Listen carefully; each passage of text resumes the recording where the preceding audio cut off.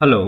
इस वीडियो में मैं क्लास 9 के एक्सरसाइज 10.4 क्वेश्चन नंबर 2 को सॉल्व कर रहा हूँ। ठीक है, आप लोग इसे ध्यान से देखिएगा। क्वेश्चन नंबर 2 है, if two code equal codes of a circle intersect with in the circle prove that the segments of one code are equal to corresponding segments of the other code.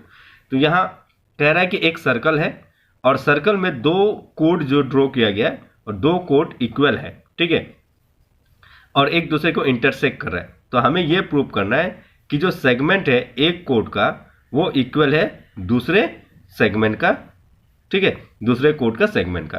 तो पहले मैं यहां पर एक दो code जो है ड्रॉ करूंगा जो कि इक्वल होगा। तो इस तरह से हम एक कोड ड्रॉ कर रहे हैं। ये एक कोड हो गया। दूसरा कोड हम यहां ड्रॉ कर रहे हैं।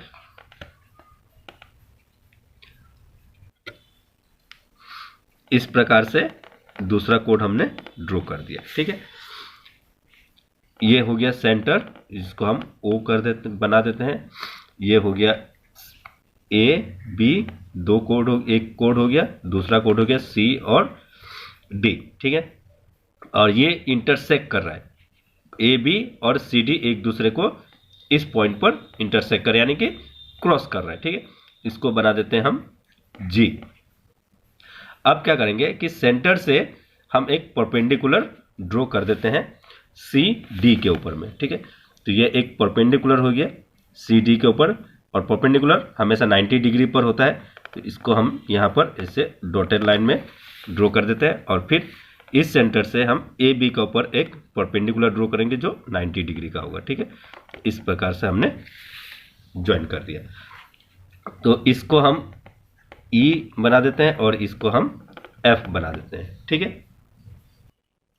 इसके बाद हम ओ और जी को भी ज्वाइन कर देते हैं एक डॉटेड लाइन में, इस प्रकार से, ठीक है। तो इससे जब ये ओ एफ सी डी का परपेंडिकुलर हो गया तो ये एंगल जो है वो 90 डिग्री का होगा, ठीक है। ये 90 डिग्री का सिंबल है और ये एंगल भी 90 डिग्री का होगा, ठीक है। यहाँ हम लोग सॉल्व करेंगे इसको। Solution, let O be the centre of a circle and AB and CD be the two equal chords of a circle which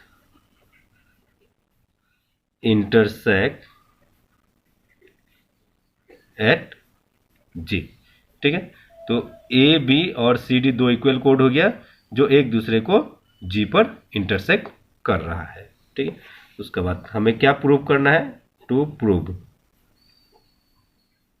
हमें प्रूव करना है क्या कि ए जी इक्वल है सी जी का और डी जी इक्वल है बी जी का। ये हमें प्रूव करना है, ठीक है। तो इसको लिखेंगे हम A G equal C G and D G equal B G. ये हमें प्रूव करना है। सो कंस्ट्रक्शन हम लिख लेंगे। हम यहाँ पर हमने क्या क्या किया था, ठीक है, उस कंस्ट्रक्शन को यहाँ लिख लेते हैं हम।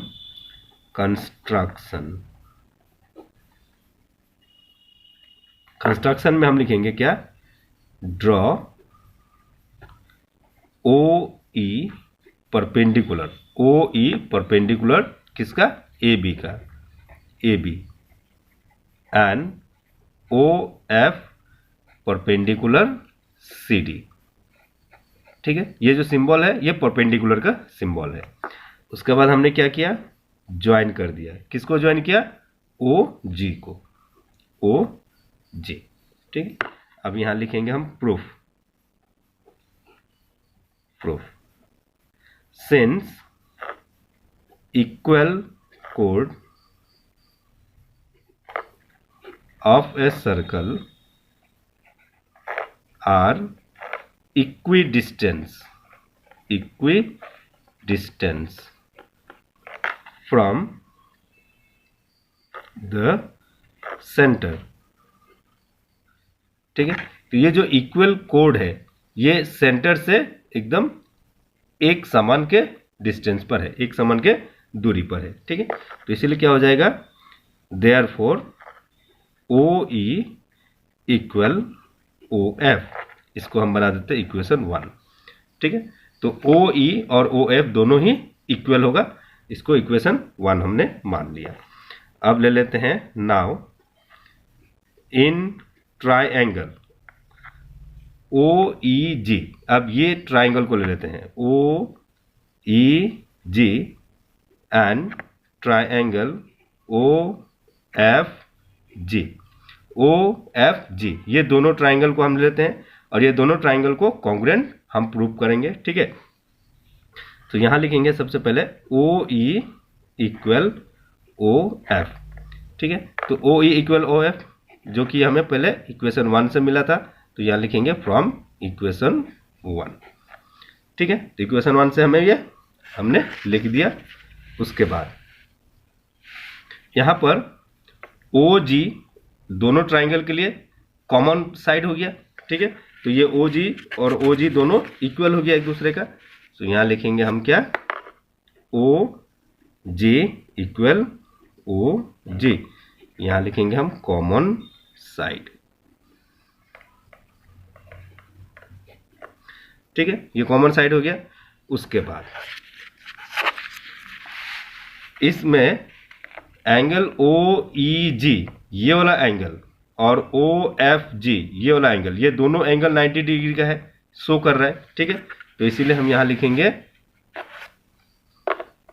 Angle O E G equal angle O F G equal 90 degree.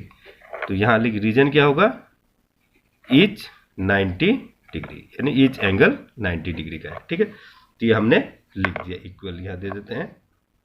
तो देयरफॉर क्या हो गया, तो ये दोनों ट्राइंगल कॉन्ग्रुएंट हो गया।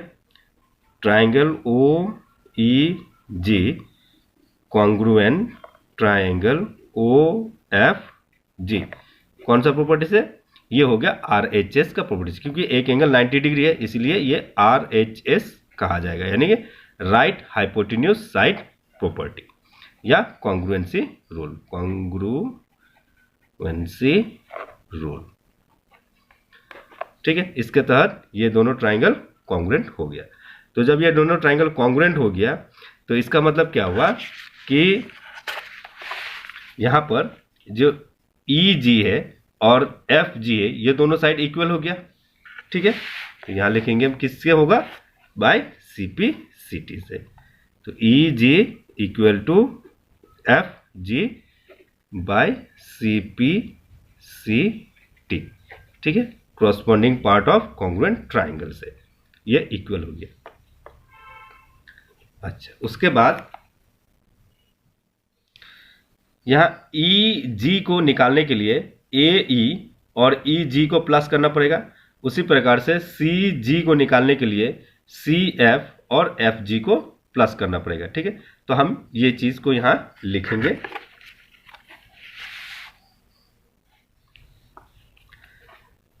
ए E plus E G equal C F plus F जी।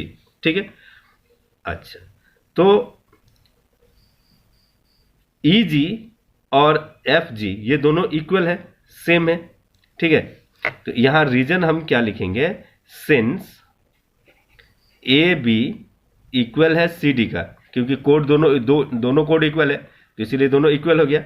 और ए बी का हाफ जो है, half of A B equal हो जाएगा हाफ ऑफ सी डी, तो सी डी का हाफ भी क्या हो, इक्वल हो जाएगा। तो इसका मतलब देयरफॉर ए ई इक्वल हो जाता है सी एफ का। ठीक है, समझ में आया?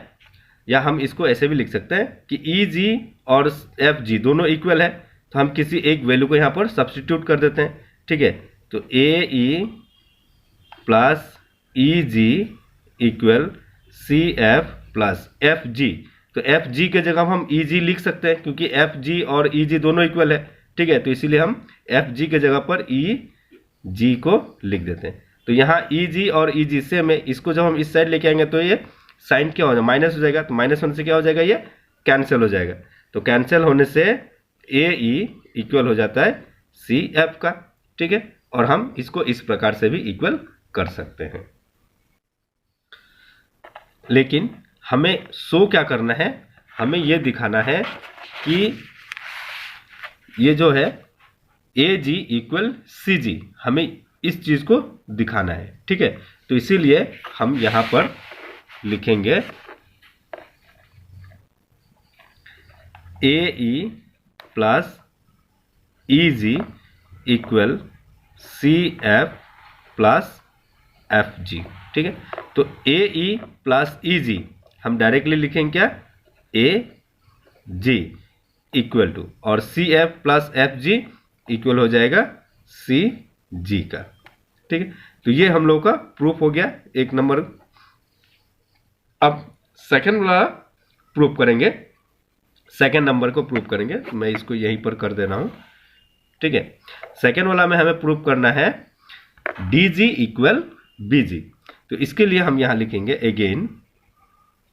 अगेन, तो डी जी और ए बी दोनों को निकालने के लिए हमें क्या करना है, डी जी निकालना है और जी बी निकालना है। तो ए बी से हम ए जी को अगर माइनस कर देते हैं तो जी बी आ जाएगा, और सी डी से हम सी जी को माइनस कर देते हैं तो डी जी आ जाएगा, ठीक है। तो यहां पर हम वही चीज को लिखेंगे,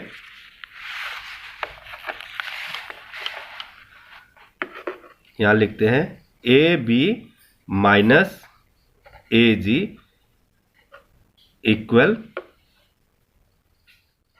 सी डी माइनस सी जी, ठीक है। क्योंकि दोनों कोड इक्वल है तो इसीलिए हम ये दोनों को माइनस कर देते हैं। तो A B minus A G equal to देगा हमें जी बी, और सी डी से सी जी को माइनस कर देंगे तो हमें मिलेगा क्या, डी जी, ठीक है।